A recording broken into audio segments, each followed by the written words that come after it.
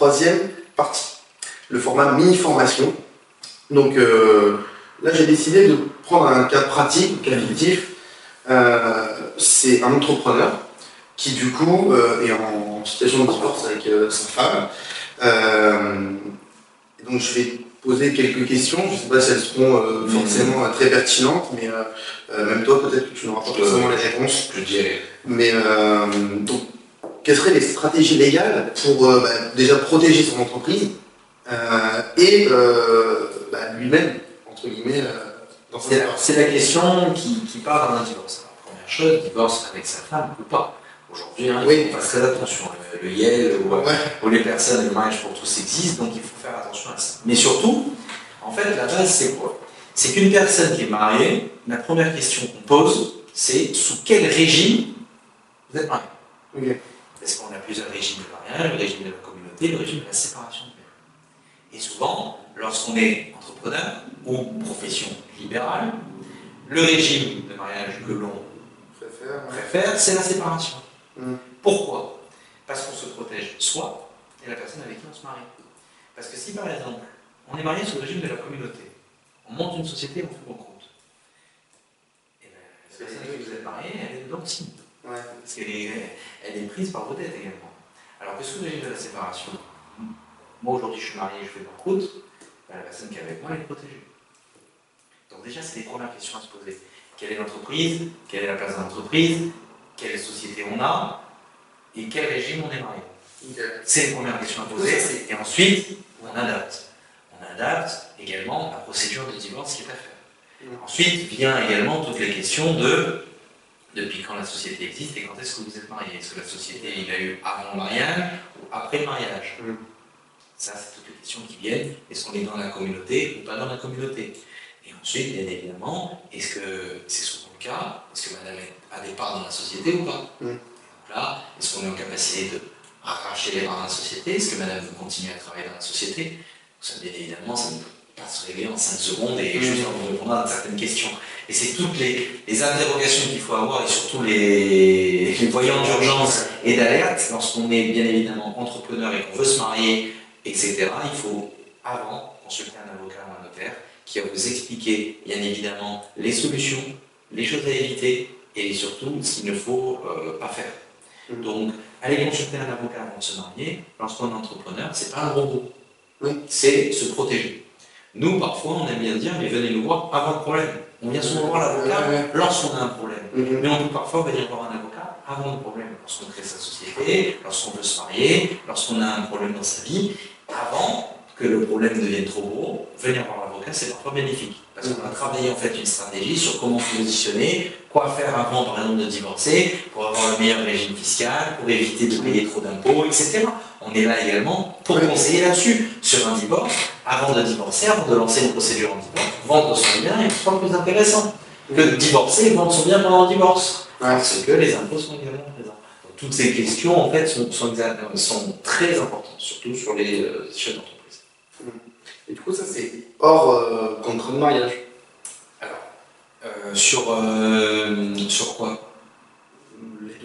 Les deux. Ben, en fait, il y a automatiquement, sans contrat de mariage, c'est le régime de la communauté qui s'applique. Et s'il y a un contrat de mariage, la séparation est importante pour mettre en place. Est-il possible de négocier des accords pré-nuptiaux ou post-nuptiaux pour protéger les intérêts de l'entreprise? Oui. Comment ça fonctionne? Il existe des accords, alors vous les donnez là de tête, je ne les ai pas, mais on peut rédiger des accords avant, bien évidemment, de faire le contrat de mariage, ou même après. Pour protéger son entreprise, c'est totalement possible. Donc, pareil, avocat, le plus tôt possible, pour protéger sa structure, son entreprise, à partir du moment où elle est créée. Donc, c'est soit elle a été créée avant le mariage, soit elle est créée pendant le mariage. Ou soit on ne prend des parts dans une société. Dans ce cas-là, par contre, il faut faire très attention sous quel régime on est marié. Et peut-être faire modifier, on peut tout le monde faire modifier son régime matrimonial. Pendant qu'on est marié. Si votre situation change et que vous devez devenir chef d'entreprise, vous devez faire modifier votre régime matrimonial en passant sous la séparation de biens. Ça, il faut l'avoir à l'esprit.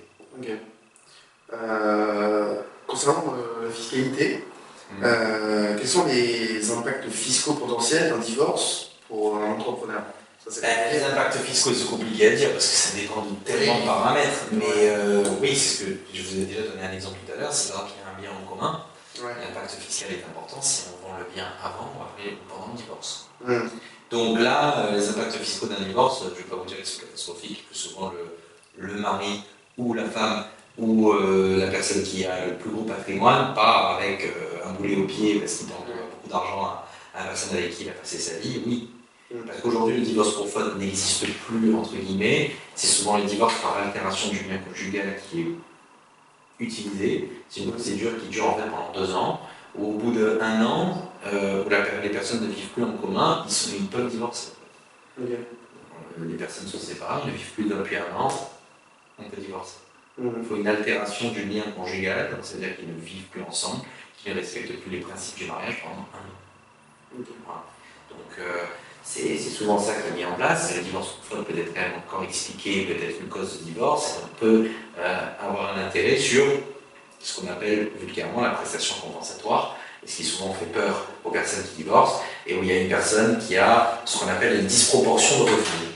Une disproportion de revenus, c'est-à-dire qu'il y en a un qui est chef d'entreprise, et l'autre qui est homme ou femme au foyer. Il y a une disproportion de revenus, c'est plus lui qui apporte l'argent, et la personne qui adoptive qui s'occupe des enfants, qui a peut-être sacrifié sa vie professionnelle pour que l'autre puisse exercer une activité professionnelle. Et la prestation compensatoire est faite pour régler cette disproportion faite par le divorce.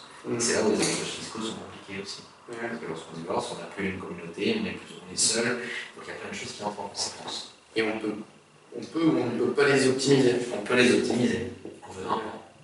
Parce qu'une fois qu'on a reçu l'assignation de divorce, c'est que c'est que c'est du réparti. C'est compliqué. Exactement. Lorsqu'on sait qu'on va divorcer, ou lorsque c'est nous qui voulons prendre la décision, aller voir un avocat dès le départ, c'est la meilleure chose à faire. Parce qu'il va vous conseiller sur quoi faire pour se protéger fiscalement, mettre en vente certains biens, etc., pour pouvoir se protéger fiscalement. Pareil, pour du coup, c'est de ça qu'on parle, c'est comment préparer ce divorce. Comment, je sais pas, dans quels documents et informations on peut... Le document d'information sur un divorce, c'est souvent compliqué parce que comme on l'explique, on ne le fait souvent pas. Bien évidemment, une copie du livret de famille, parce que souvent c'est la bataille. Lorsque les couples se séparent, il y en a un qui parle du livret de famille, l'autre ne l'a pas. Donc il faut demander une copie à la mairie, etc. Donc toujours avoir une copie du livret de famille, les actes de naissance, les enfants, etc. Et avoir un dossier qui justifie de tout ce qu'on paye et tout ce qu'on ne paye pas, de ses biens, etc. Après, c'est qu'est-ce qu'on a, qu'est-ce qu'on n'a pas, et on coupe la poire en deux, c'est un peu ça. Donc, il y a des divorces, on a des biens en commun, pas des biens en commun, etc. Donc, en fait, il faut avoir avec soi tous les documents qui justifient de notre situation actuelle. C'est comme ça que nous, on le vulgarise et qu'on dit à nos clients, il nous faut vos documents sur votre situation actuelle. En fait, c'est ça. C'est comment prouver source de revenus, quelles sont les charges, est-ce qu'on s'occupe des enfants ou pas, lorsqu'il y en a, et si on a une société, quelles sont nos parts, quelles sont pas nos parts, etc. Est-ce qu'il y a des comptes communs, pas en commun, est-ce qu'il y a des dettes, est-ce qu'il y a des emprunts, est-ce qu'il y a... Qui paye quoi? Le mauvais tableau, plus, moins. Qu'est-ce que j'apporte, qu'est-ce que je dépense, qu'est-ce qu'on a en commun, qu'est-ce qu'on n'a pas en commun, qu'est-ce qui est perçu, qu'est-ce qui n'est pas perçu. Voilà ce qu'il faut préparer avant un divorce. Très bien. Et bon, ça se prépare souvent au dernier moment, et parfois on le subit plus que ce qu'on le prépare. Justement, c'est la prochaine, la gestion pendant le divorce. Comment... Alors là, il y a plein de critères, parce qu'il y a des divorces où les personnes aujourd'hui, c'est très à la mode, vivent dans le même domicile et décident de divorcer. Sauf que par exemple, il y en a un qui a 60% des parts et l'autre 40% des parts en gros de la maison. Et bien là, qu'est-ce qu'on fait? On fait comme dans le film Sous le même toit, c'est-à-dire les deux vivent ensemble dans une maison, et voilà, il y en a un qui a 60% et l'autre 40%. Ou alors, la personne qui a un pourcentage part et laisse la jouissance du domicile conjugal et demande à la personne de lui payer un loyer. Ou alors, sinon, cette personne qui a le plus gros pourcentage a la capacité de racheter le pourcentage de l'autre. En fait, c'est des paramètres. Un dossier de divorce, ça ne se règle pas en 7 secondes. C'est toujours en fonction du couple, en fonction des biens, en fonction des rémunérations, en fonction des situations de chacun. Mais aller voir à la base un avocat, c'est ce qu'il faut faire pour se protéger en tout cas. Écoute, merci beaucoup. J'ai peut-être juste une dernière. Quelle est l'importance de s'entourer d'une équipe de professionnels, avocats, comptables, conseillers financiers, justement dans ce cas précis? Bon, la réponse C'est un divorce. Quelqu'un divorce ou pas forcément? Pour un chef d'entreprise et comme pour tout le monde, hein, avoir les bons conseillers et les bonnes personnes autour de soi, c'est la base. Ce que tu veux créer avec un projet de chef d'entreprise autour de soi, ben, ça existe déjà, mais un projet avec des projets qui peuvent être liés et des chefs d'entreprise qui se font confiance et qui peuvent également, ben, le bouche à oreille, j'en ai parlé tout à l'heure, c'est la base aussi de tout. Et aujourd'hui, ça se perd parce que tout est digitalisé, tout est utilisé, les moyens technologiques pour pouvoir travailler de manière plus intelligente, c'est bien. Donc pouvoir trouver un entrepreneur qui est ailleurs et en qui on peut avoir confiance, ça peut être un intérêt dans ton projet. Et donc s'entourer de personnes compétentes, c'est la base de tout. Et avoir besoin d'un bon expert comptable, d'un bon avocat, c'est aujourd'hui dans un divorce, si je reprends ton cas, c'est la base. C'est la base pour un chef d'entreprise d'avoir son expert comptable, son avocat qui va le conseiller au mieux sur tous les points. Nous, c'est vrai qu'on apporte également un soutien moral et psychologique.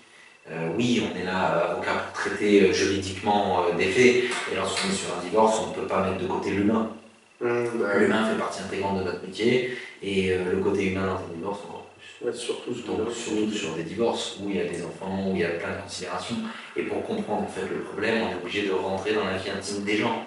Donc pour avoir confiance dans son avocat et pouvoir tout lui dire, etc., la confiance ça se gagne, et ça se perd aussi facilement, et c'est pour ça que avoir confiance en la personne avec qui on est, c'est plus important. Et avec qui on travaille encore plus. Ok. Ce sera la dernière. Comment choisir le bon avocat en soi, pour tout, pour n'importe quelle procédure? Comment on peut décerner un avocat qui est un charlatan plutôt qu'un bon avocat? Ça c'est extrêmement difficile, parce que souvent au premier abord, l'avocat fait souvent bonne impression. Moi je parle souvent de feeling, il y a un feeling qui se passe très souvent, parce que, comme je l'ai dit, c'est pas seulement un numéro de dossier. Derrière un numéro de dossier, un nom qu'on écrit sur une pochette, il y a un humain. Et il y a un humain aussi en face de vous. Lorsque vous allez voir un avocat, il y a un humain. Et la relation qu'on crée, elle est importante. Il faut d'abord avoir la confiance. Le côté professionnel est très important, mais ressentir l'humain est primordial. Si on ne ressent pas la personne, si on sent qu'elle n'a pas compris notre problème ou qu'elle n'a pas pris le temps de prendre en considération le problème, il faut changer d'avocat. En fait, à un moment donné, il faut se poser la question de est-ce que j'ai confiance en lui et est-ce qu'il m'a vraiment compris? Parce qu'il y a certains clients qui pensent que l'avocat doit écrire tout ce qu'on lui dit. On n'est pas un dactylo. Donc, parfois, l'avocat, il est là pour rentrer dans son client. Pour moi, c'est ça un bon avocat. Un bon avocat, c'est pas dire oui à tout ce que va dire son client. Et il est là pour le conseiller. On est d'abord un conseil. Donc, le conseil, c'est pas de dire oui, vous avez raison. Parfois, il y a certaines personnes qui disent bien, mais vous me dites ça. Mais oui, je suis là pour vous conseiller. En fait. Je suis là pour vous dire le chemin que vous avez pris, il n'est pas bon. Et pour vous en sortir, vous devriez plutôt faire ça. Et en fait, on est là pour leur dire quoi faire. Donc il faut avoir une élan la confiance, mais aussi se dire que mon avocat, il n'est pas juste là pour prendre ses honoraires et se dire je veux lui faire ça pour ça. Non, l'avocat, il est là pour conseiller au mieux, dire pour régler votre problème, il faut faire ça. Quand on sort d'un cabinet d'avocat, on doit sortir avec une solution. Si on sort avec des questions, c'est qu'il y a un problème. Et parfois, les questions qu'on pose, l'avocat, il n'est pas capable de ne pas les écouter parce que lui, il sait où il veut aller. C'est parfois la difficulté. De toujours être à l'écoute et surtout de savoir où il faut aller. Et pour bien choisir son avocat, déjà il faut un avocat. Moi, je prêche pour ma paroisse, donc je dis qu'il faut un avocat qui est à proximité, qui est joignable, qui est réactif et en qui on peut avoir une certaine confiance et elle se gagne par ce côté humain, ce rapport humain qui est pour moi indissociable et tellement important aujourd'hui. On digitalise tout, on s'écrit par mail, et pour moi le premier rendez-vous, le contact, il est important. Après, bien évidemment, si la personne est loin, tout faire par mail et par téléphone, c'est normal. Aujourd'hui, on a les outils pour le faire. Mais il faut avoir ce côté-là. C'est pour ça que nous, aujourd'hui, on essaie d'arriver, de toujours se perfectionner sur la visio, sur tout ça, pour être le plus adapté à la société actuelle. De coller aux problèmes des gens actuels. Ouais, c'est ça. C'est plus difficile. Mais pour bien choisir son avocat, pour moi, c'est ça qu'il faut se poser comme question. Est-ce qu'il est là pour m'aider ou est-ce qu'il est là pour me prendre de l'argent?